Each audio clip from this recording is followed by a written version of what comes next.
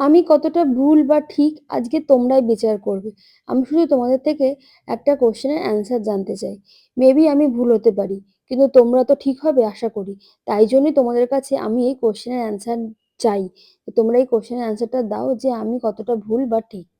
Welcome to makeup magic by Seema. দিনটা ছিল ২৬শে নভেম্বর।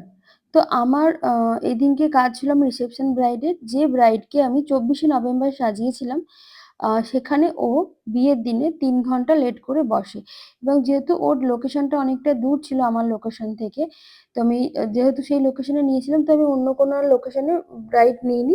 কারণ আমি জানি আমি পৌঁছতে পারবো না। বাট স্টিল ও ২৪ তারিখে ৩ ঘন্টা লেট করে বসে এবং ৩ ঘন্টা আমরা ওয়েট করি। তাতেও আমি ওকে বলেছিলাম যে, "কোনো অসুবিধা নেই, আজকে যেহেতু তোমার একার আছে।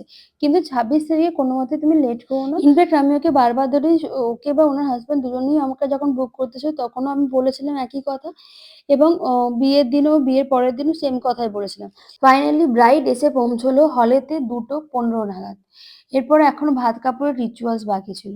তো আমি ওকে বলেছিলাম একটু তাড়াতাড়ি সবকিছু করার জন্য যাতে আমি এটলিস্ট ওকে ২:৩০ মধ্যে বসিয়ে দিতে পারি। কিন্তু না, তাতে ও বসলো কিন্তু আমার কাছে এসে ৩:১০। আমার বেরোবার কথা ৩টে থেকে ৩:১৫ মধ্যে। তাও আমি কমপ্লিট করার চেষ্টা করেছি। ৩:৪ র মধ্যে আমি মেকআপ কমপ্লিট করে আমি ওখান থেকে বেরিয়েছিলাম। এবার তোমাদের কাছে আমার একটা কোয়েশ্চেন হলো, আমাকে একজন বলে ওই বিয়েবাড়িতে যে ১.৫ ঘন্টা লেটটা না নরমাল। বিয়েবাড়িতে রিচুয়ালস হয় এরকম হতেই পারে।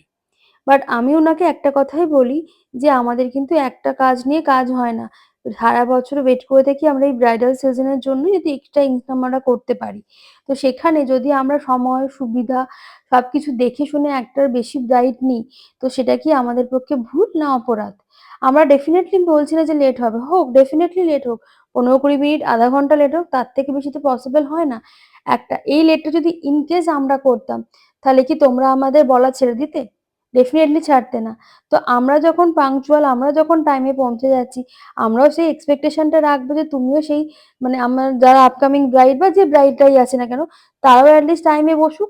এটলিস্ট কিছু বাফার টাইম ছেড়েও আমি বলছি বসুক। বাট সেটা কি আমার খুব ভুল চিন্তাভাবনা? সেটা তোমরা অবশ্যই জানিও। আমি লাস্টের দিকে বেশি ক্লিপিংস নিতে পারিনি।